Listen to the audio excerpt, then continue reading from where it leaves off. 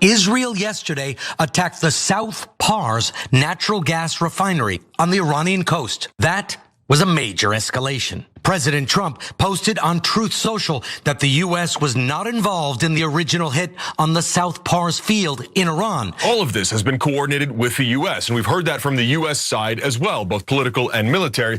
So, Becky, at this point, I think it's very difficult to believe Trump's claim that the U.S. and he knew nothing about the attack. Well, President Donald Trump claims that he wasn't notified by the Israelis prior to their strike on the South Pars gas field, which happens to be the largest gas field in the world, meaning that, well, the inflation we're seeing at the gas stations across the country, it's gonna get worse. Now, Israelis do refute Trump's claims here, but Cenk, honestly, it's hard to tell who's telling the truth because I don't trust either side in this entire debacle, but what do you think? Yeah, so I'm gonna save who I think did it for in a minute. I want you to give the facts and then I'll weigh in on it. But I also wanna talk about how much Israel screwed us over with these strikes. I mean, it's a big FU to Americans, to the world, and they knew that it was going to be a double disaster. Why was it a double disaster? We'll explain that too. Well, on Wednesday night, President Donald Trump posted a lengthy statement on Truth Social saying that Israel, out of anger for what has taken place in the Middle East, has violently lashed out at a major facility known as South Pars gas field in Iran. A relatively small section of the whole has been hit. I mean, we saw the fire. It seems like it was a pretty big deal, but nonetheless, I'll continue. He says that the United States knew nothing about this particular attack, and the country of Qatar was in no way, shape, or form involved with it, nor did it have any idea that it was going to happen. Yeah, of course. Okay, so this gas field, it stretches to Qatar. This impacts Qatar negatively as well. So why would anyone think that Qatar did this? Of course, Qatar didn't do this. The Israelis did it. The Israelis have admitted that they did it. And it is devastating because the Iranians, of course, are gonna retaliate, have retaliated. And how do they retaliate? By hitting oil and gas infrastructure in other Gulf countries. Anyway, let's go back to Donald Trump's statement. He says, unfortunately, Iran did not know this or any of the pertinent facts pertaining to the South Pars attack, and unjustifiably and unfairly attacked a portion of Qatar's LNG gas facility. No more attacks will be made by Israel pertaining to this extremely important and valuable South Pars field, unless Iran unwisely decides to attack a very innocent, in this case Qatar, in which instance the United States of America, with or without the help or consent of Israel, will massively blow up the entirety of the South Pars gas field at an amount of strength and power that Iran has never seen or witnessed before. Wait, who are you mad at? Are you mad at the Israelis? Why are you yelling at the Iranians when the Israelis are the ones who attacked the gas field? What are we talking about here? Yeah, so let me begin to break it down. Why is it a double disaster? So Israel knows that once you hit Iran's gas fields, Iran is going to counterstrike by hitting some of our allies' gas and oil fields, and that's what they did. That's why Donald Trump was saying Iran didn't know this, that Qatar was not involved and we weren't involved. That's why they struck against Qatar, and that's why why bother saying all that? Because Qatar is a very important ally of ours. Our largest base is in Qatar, and so what Trump is trying to say is, Qatar, we didn't mean it. We didn't mean it. And no one could have known that Iran was gonna strike you back because obviously Iran was gonna strike Qatar back, right? So he's trying to get that responsibility off of him, a little bit onto Israel and then mitigate it. So Anna, who do I think what actually happened? Well, hold on, because I want you to hear from, in my opinion, Israeli side of this entire matter. So look, he went on to say that he didn't authorize this level of violence and destruction. Actually, you did when you decided to start an illegal war. That's what you did. So violence and destruction is what comes along with war, especially illegal wars. However, for what it's worth, an anonymous source spoke to CNN and said that the United States was in fact aware of the strike. This was a US-based source.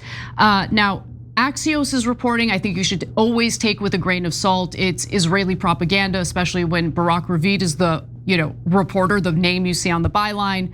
But Barak Ravid did claim that the US, in fact, went even further than just being notified about it. They allegedly coordinated the plan of attack. And then CNN's Jerusalem bureau chief says that Trump coordinated the attack. Let's take a quick look at that. Before we saw President Donald Trump's response, we had heard from 2 Israeli officials that the attack was coordinated with the United States. And that, of course, is no surprise. Since the very first opening strikes nearly 3 weeks ago now, Israel and the US have been coordinated on nearly every aspect of this. And that's not only a testament to the relationship between the US and Israel at the political and military levels, it's also simply necessary to carry out these attacks with so many moving parts in the air and in the sea all at once. So Israeli officials say the attack on the South Pars gas field was coordinated with the US, and it was intentionally targeted at gas and electricity infrastructure, not at oil infrastructure, to insulate the attacks and the price of fuel in the United States from Israel's ongoing attacks. The idea that 3 weeks into a war that Israel wants to continue, that Israel would just simply go rogue and carry out attacks that are not coordinated with the US is incredibly hard to believe right now. Yeah, that's CNN's Jerusalem bureau chief, except I have to tell you the other person involved, Netanyahu, who had his hand up that guy's ass. Because I watched the whole thing and it was like Israeli propaganda after Israel. Israel would never do anything like this. Never. Going rogue and not listening to America. You're a reporter and you don't know how many times Israel's gone rogue and not listened to America, including the time that Donald Trump told them to bring their jets back in the first war against Iran because they went rogue, and you're a reporter? Now, total propagandist working for Israel, which is honestly, I mean, an enormous percentage of our so-called reporters in America. So Barak Ravid, immediately. Don't forget, Noble Mobile saving you a ton of money. So a lot of people are signing up now and beginning to realize, what the hell, why am I paying so much to Verizon and AT&T? So your bill's only $50 a month, but it can actually be less because they give you money back if you don't use your data. So if you're paying more than $50, there's no reason to not switch. It's crazy not to switch because same phone, same number, same contacts, literally nothing changes. TYT.com/switch, TYT.com/switch. All right, we'll be right back. 2 things about him, it's such a tell, right?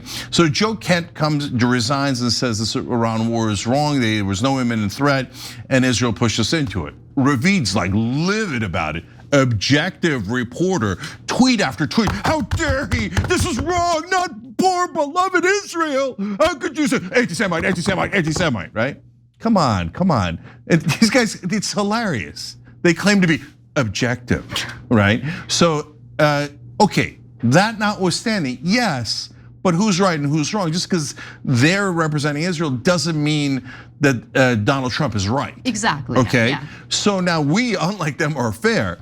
So upon looking at all the evidence, my best guess, and it's a pretty educated guess in this case, is that no, we did it together. Okay, that Trump and Israel decided to do it together. I don't know why in the world that moron Donald Trump would agree to that. Why would he do this? Does he not understand? That's why I added the adjective moron. Yeah. Because he really doesn't. He really doesn't. He's an absolute fool. And so number one, they probably talked him into it by saying, oh, don't worry, Donald, it's gas, it's not oil. I know, what was that argument? What was that argument? And then you see that same propaganda reported by the CNN reporter. Oh yeah, the energy is, gas and oil are not connected. The energy market's not connected. Gas is totally different than oil. It's oil and bananas, right? So don't worry, Donnie, shut up and bomb them, right? And so however they convinced them to bomb it, doesn't matter. My best guess is yes, they both did it together. And then the thing that was absolutely critical, and again why Trump's lack of intelligence and homework and knowing anything about the world is so important, because he also didn't realize Iran would counterstrike against gas and oil fields of our allies, because he never expects anything. He has literally said now, since the war began, nobody knew that they could close the Strait of Hormuz. Everyone knew that, That right? was one of the main arguments against going to war against Iran. But no one could have expected it. He keeps saying, I was shocked, I was surprised that Iran attacked our Gulf allies. Yeah. You have US bases in those countries. Of course Iran is gonna attack. What are you talking about? Yeah, and so when Iran counterattacks, so now you've got oil prices and gas prices and energy prices going up because of both attacks. So it's double the trouble, right? So, but Trump, by the way, another time where he said nobody could have known was, he's like, Iran attacked our bases in the Gulf countries. No one was expecting that. That's the very first thing you should expect. Where are they gonna hit us? Where are our soldiers, the only Americans they can reach? Because they can't reach us in America because there was no threat at all. The only place they can reach us is our bases in the Gulf countries. Like really the lowest IQ person in America could have figured that out. And he said on tape, you could go watch it. It was a big shock to me. I didn't know they were gonna attack back. And Anna, the main point there is, all of his advisors are Israel first. Yeah, they are. They've all taken millions of dollars from the Israeli lobby. So they keep telling them, don't worry, no, Iran's gonna surrender. When you show them how tough you are, Donald, they'll just cave. And then, but one more strike. And they didn't hit their gas fields. I can't believe they hit us at all. I thought, they were gonna melt in your presence, Donald, and he believes it. He's such a moron. So, but I don't take any culpability away from him. But last thing about this, Hannah. So Israel says, no, it wasn't just us. It was us and America. Wait a minute, are you calling Donald Trump a liar? Because Donald Trump very clearly said it wasn't us, it was Israel. Now, whenever they think it's convenient, they love to hide behind Donald Trump's skirt, right? So they're like, Trump wants this war. Are you against Trump? Are you saying Trump was weak, that he was pushed into this war by Israel? You sound like you're betraying Trump. And the minute Trump doesn't go along with their propaganda, which is what we told you, the minute Trump doesn't say exactly what Israel wants him to say, they're like, he's a liar. He did no good, Trump, lying about poor little Israel. Well, he might be what lying. happened now, huh? He might be lying in this. Look, yeah, he is. I think he is lying. Yeah, but notice their code switching with their propaganda about how Donald Trump is the greatest person and should never be criticized, or he's a piece of crap liar who's besmirched poor Israel. Can I just say, I do think that Trump was shocked that Iran decided to strike US military bases and our embassies in our allied Gulf countries because of the fact that, look, can we just all finally acknowledge, I know we've been acknowledging it, but I wanna get people who have denied Iran's restraint to finally acknowledge that previously Iran showed a tremendous amount of restraint in the 12-day war after Operation Trump's Hammer or whatever he called it happened, right? What was it? Angry Hammer, Furious Hammer? Midnight Hammer. Midnight Hammer, okay, it was whatever. After that happened, everyone was thinking that Iran is gonna retaliate viciously, but they didn't. They showed a tremendous amount of restraint. They did everything they could to prevent this war from happening, guys. And I think that Trump mistook that restraint as weakness. 100%. And Iran, that's why Iran is saying now, we're never gonna repeat that mistake. And so what's happened, guys, so there was a big mystery, including like myself, I didn't know, is Iran actually weak? Or in the beginning, were they just trying to avoid war in their first round? Now in this particular war, remember they got their asses handed to them right in the beginning, killed their top 49 leaders. So I thought, well, there's some chance they're idiots, right? And they are actually a paper tiger. As it turns out, so in the beginning they do a lot of strikes, and the first things they knocked out were our radar. so it makes it harder to detect their incoming missiles and drones. Then they let us waste a ton of interceptor missiles over and over and over again. And the graphs show that the number of attacks from Iran went down. So are they playing possum and they're gonna do a trap, or they just are ineffectual? Well, over the last 2 days, the number of missile strikes and drone strikes have gone way up. Turns out they were playing possum. And now they hit Ben Gurion Airport. Yes. They hit the largest military base in Israel. And now the bombs are landing because there's not as many defensive missiles. So 2 other things that were hit recently. The oil refinery in Haifa was hit, and that's a big blow to Israel.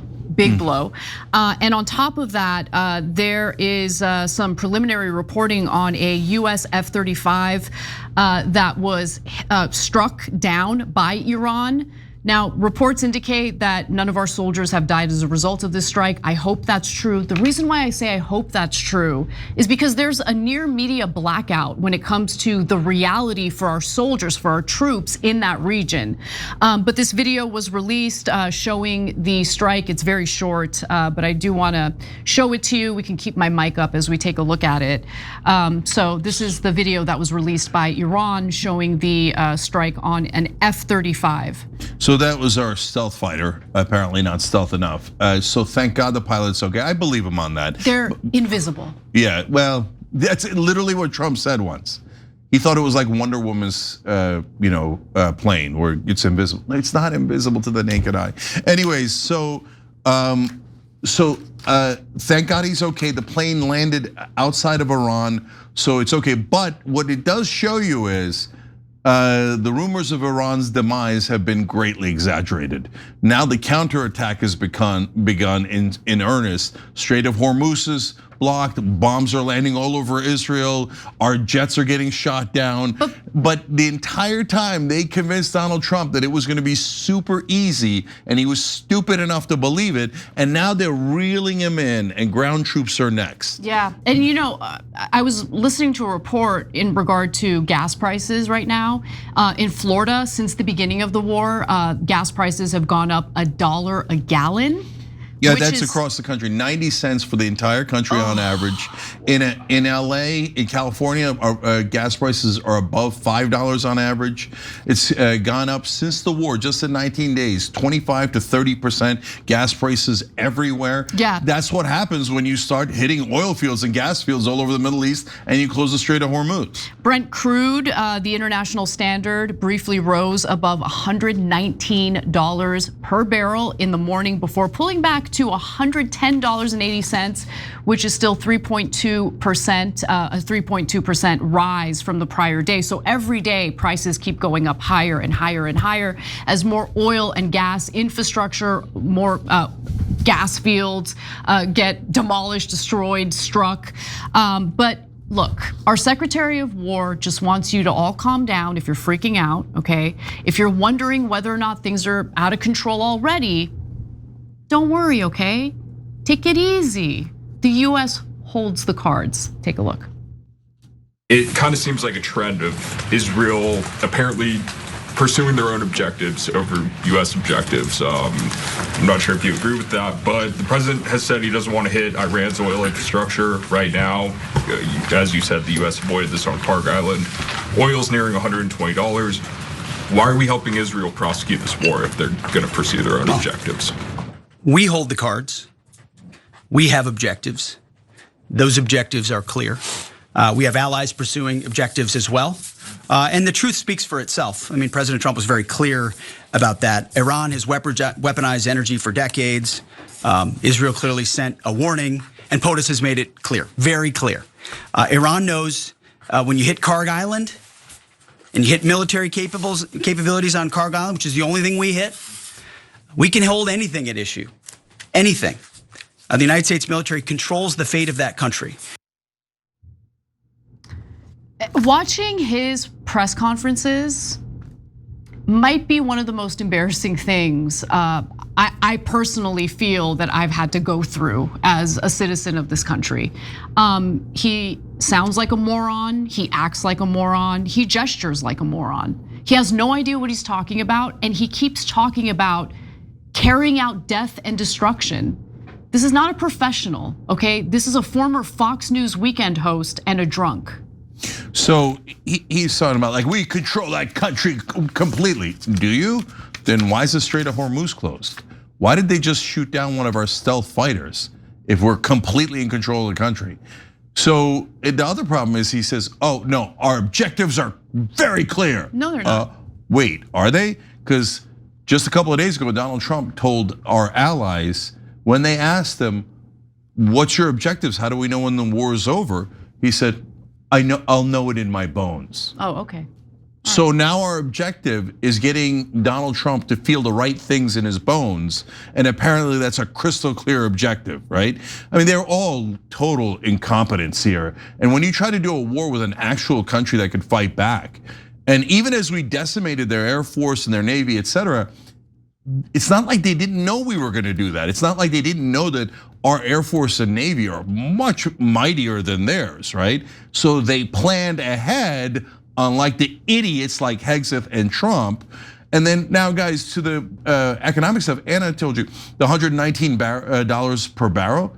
Remember, at 120, analysts warn of complete economic destruction in America and the West. This is all as Israel pretends, we are doing this to protect the West. We are your great protectors. And they told us, though, it's okay because it'll never get to $120. It was at $119 earlier today, okay? So now it went back down a little bit. You keep seesawing, but guys, none of the news lately is good news. It's all bad news. So this is disaster. And to Anna's point about we think the pilot's safe, but does the American government lie all the time? Does it cover things up? So for example, there's 13 Americans killed, 150 wounded. Then the next day they come out and go, okay, just kidding, 200 wounded. So wait.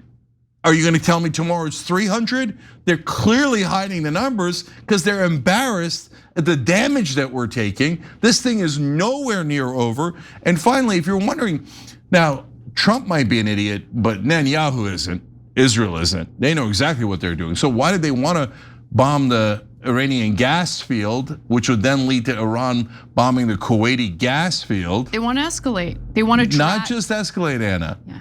They just opened one of the largest gas fields in Israel. Oh, great. I hope it gets bombed by Iran. It's called Leviathan. Yeah. And so now that Russia is a little bit out of commission with their pipeline, and now that Israel has conveniently bombed all the gas fields in the Middle East, now when the war is over, they're gonna say, well, I guess you're gonna have to buy all of your gas from Israel.